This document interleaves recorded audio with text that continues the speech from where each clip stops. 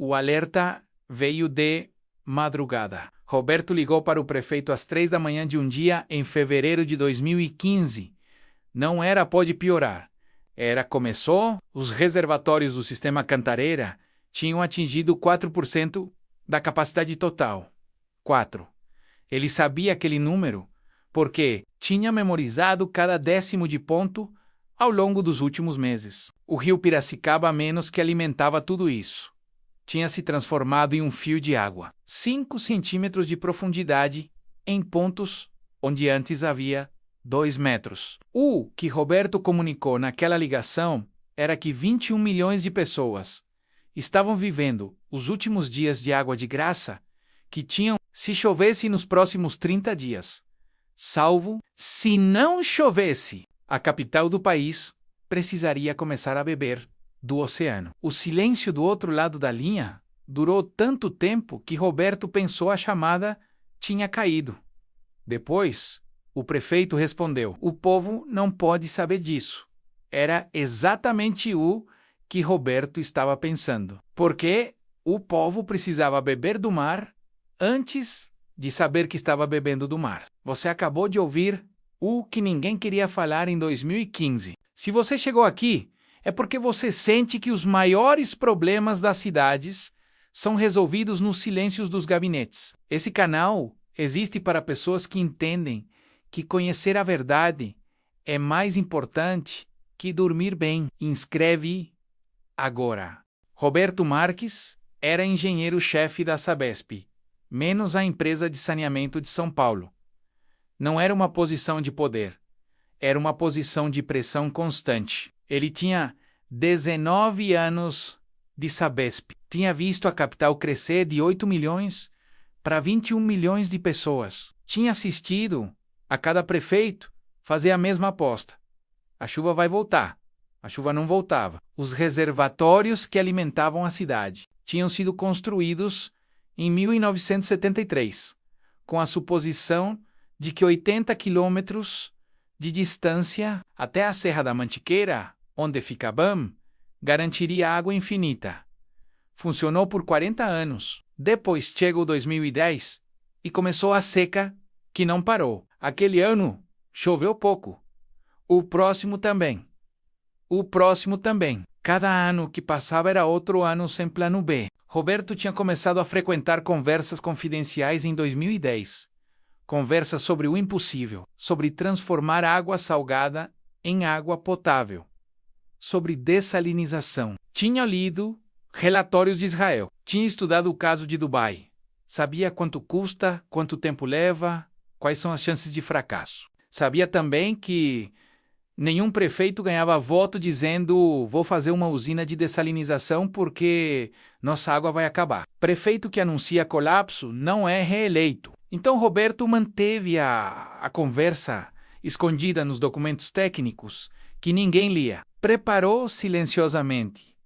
Esperou a pergunta que Roberto fazia para si mesmo todas as noites. Em 2014, era simples. Quanto tempo até ninguém mais poder negar que precisamos fazer isso? A resposta veio quando o rio Piracicaba desapareceu.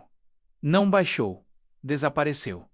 Virou um riacho onde antes era rio. Virou um fio de água com 30 centímetros de profundidade, onde houve um dia 2 metros. Roberto desceu para o nível de emergência do Cantareira, aquele nível que técnicos juravam que nunca seria tocado, e retirou água que não era água, era sedimento. Tinha areia, tinha bactérias, tinha cor de chá. Aquela era a água que ia para as casas de 21 milhões de pessoas. Nesse ponto, não havia mais espaço para confidencial. Era agora. O que Roberto iniciou em fevereiro de 2015 foi a implementação de um sistema chamado osmose reversa, menos que funciona ao contrário do que a natureza faz naturalmente. Na natureza, água salgada puxa água doce para fora. Na osmose reversa, você inverte tudo usando pressão brutal. A primeira coisa que você faz é captar água do oceano. Depois passa essa água por filtros de areia e carvão ativado. Os mesmos filtros que usam em aquários mas em escala industrial, para remover qualquer coisa sólida que esteja flutuando. Depois vem a parte que decide tudo. Você empurra essa água contra uma membrana microscópica, usando pressão de 60 a 80 atmosferas, o equivalente ao que você sentiria 700 metros embaixo do oceano. A membrana é tão fina que deixa só a água passar. O sal, os minerais, tudo que tem peso molecular, fica do outro lado. Do lado de cá, sai água potável, tão pura que quase nem precisa adicionar minerais de volta a menos, porque água com 0 minerais prejudica os ossos. 1 litro de água salgada entra, 20 centilitros saem como água potável. 80 centilitros voltam para o oceano concentrados em sal, é chamado de salmoura. Esse é o processo exato que Sabesp usou em Ilhabela, no litoral norte, e que vai usar agora em 5 pontos diferentes do litoral de São Paulo. A primeira planta em funcionamento começou com capacidade de captar 40 litros de água salgada por segundo e produzir 30 litros de água potável por segundo. Equivale a 2,6 milhões de litros por dia saindo de uma única instalação. Aqui é onde as coisas ficam maiores. A capacidade total que Roberto precisava implementar para salvar a capital não era 2,6 milhões, era pelo menos 400 milhões de litros por dia menos, porque era o que São Paulo consumia em 2015. Isso significava que uma única planta de dessalinização era apenas 0,6% da solução. Significava plantas múltiplas. Significava reformar instalações antigas que a Sabesp já tinha no litoral. Significava conectar tudo isso através de tubulações que carregassem água do mar até 80 quilômetros de distância menos do litoral, até a capital, usando bombas que funcionassem 24 horas por dia. Significava transformar um sistema urbano inteiro usando uma tecnologia que tinha funcionado em cidades costeiras, mas nunca tinha sido escalada para uma metrópole de 21 milhões de pessoas em uma região não litorânea. Em 2016, quando as primeiras plantas começaram testes, a água que saía tinha 120 miligramas de sólidos dissolvidos por litro menos a norma brasileira. Exigia no máximo 1.000. Essa água era tão limpa que você podia beber direto da torneira sem tratamento. Nenhuma bactéria passou. Nenhuma contaminação foi registrada. Por 7 anos de operação contínua, de 2015 até 2022, menos 0 casos de problema de saúde atribuíveis à água dessalinizada, 0. A prova não era teórica, era viva. A realidade econômica é simples de explicar e brutal de sentir. Transformar água salgada em água potável consome eletricidade menos muita. Usa-se pressão. Pressão usa energia. A conta chegava para 1,5 bilhão a 2 bilhões de reais. Ninguém tinha isso. O governo de São Paulo não tinha, a Sabesp definitivamente não tinha. Foi quando Roberto fez o que governantes fazem quando não tem dinheiro. Pediu emprestado o Banco Interamericano de Desenvolvimento, BID, concordou em emprestar 940 milhões de reais em 2016 para financiar parte das operações. O BNE, Cimento Econômico e Social, entrou com recursos adicionais. Órgãos internacionais apoiaram, mas a matemática do custo era inescapável. Cada 1.000 litros de água dessalinizada custava entre 2 e 4 reais para produzir. A água que vinha do Cantareira custava 50 centavos por 1.000 litros. A diferença é brutalmente óbvia. Dessalinização custa 4 a 8 vezes mais. Uma família comum de São Paulo consumia 30.000 litros por mês.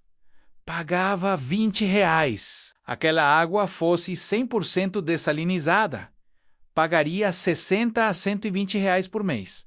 Politicamente impossível. Então Roberto fez o que qualquer sistema faz: diluir o impacto. A água dessalinizada começou com 5% do total. Cresceu para 10%, depois 15%, depois 25%. Os reajustes na conta foram pequenos, espalhados ao longo de anos. A população dormiu enquanto começava a beber do mar. Acordou, bebendo do mar.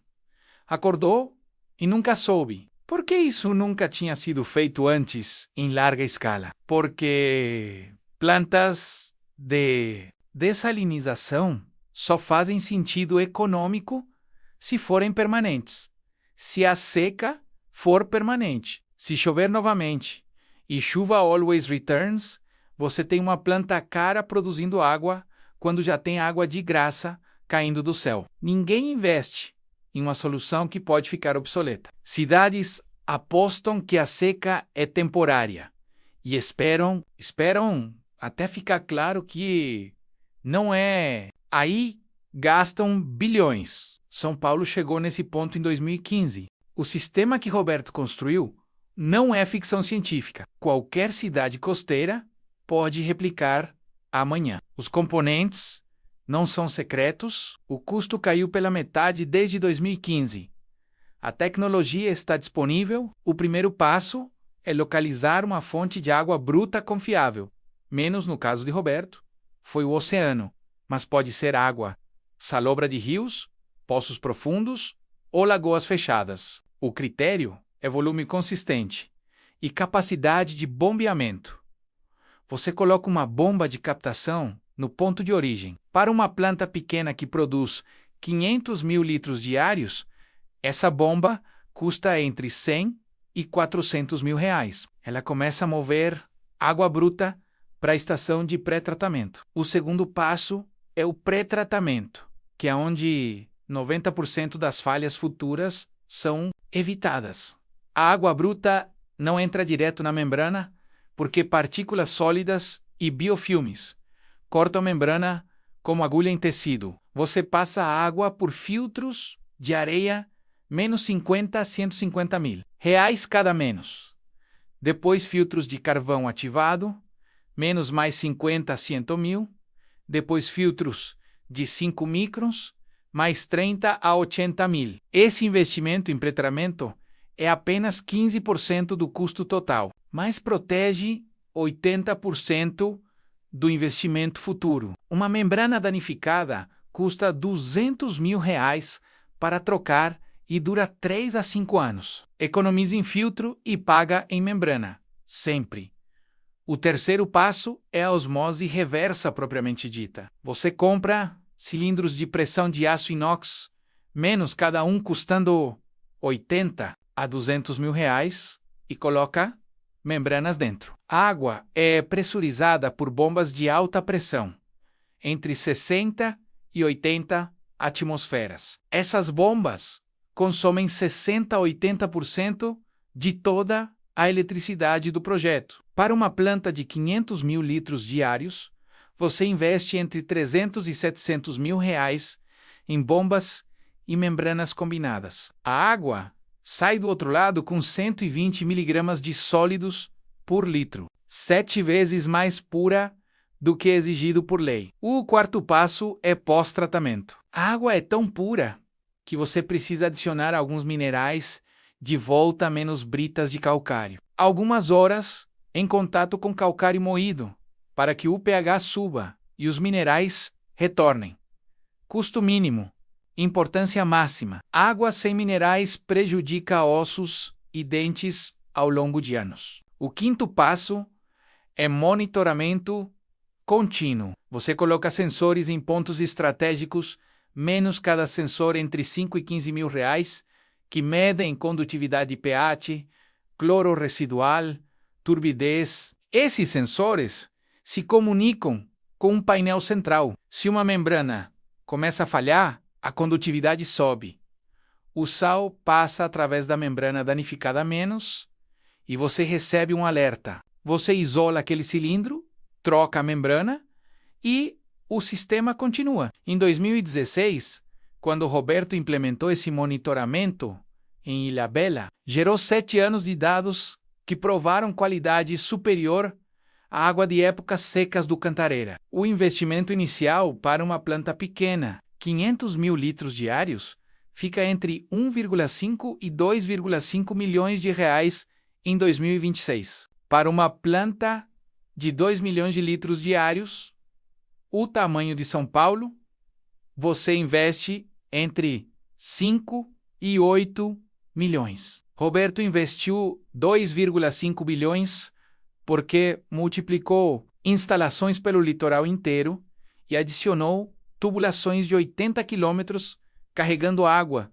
através de gravidade e pressão até a capital. O custo operacional de cada 1.000 litros é entre R$ 2 e R$ 4, que é 4 a 8 vezes o custo da água de reservatório em épocas de chuva. Mas em um cenário de seca persistente, é a única opção que mantém uma metrópole funcionando. São Paulo provou isso entre 2015 e 2022. O sinal de que tudo está funcionando é auditivo. Você ouve o zumbido constante das bombas de alta pressão. Se o som para a pressão caiu, a membrana não filtra mais. É hora de parar e investigar. Uma variação que está sendo testada agora em 2025 é dessalinização solar. Painéis solares alimentam as bombas de pressão, o que reduz 40 a 50% do custo operacional porque elimina eletricidade de rede. O investimento inicial sobe 20%, mas o payback é 2 anos.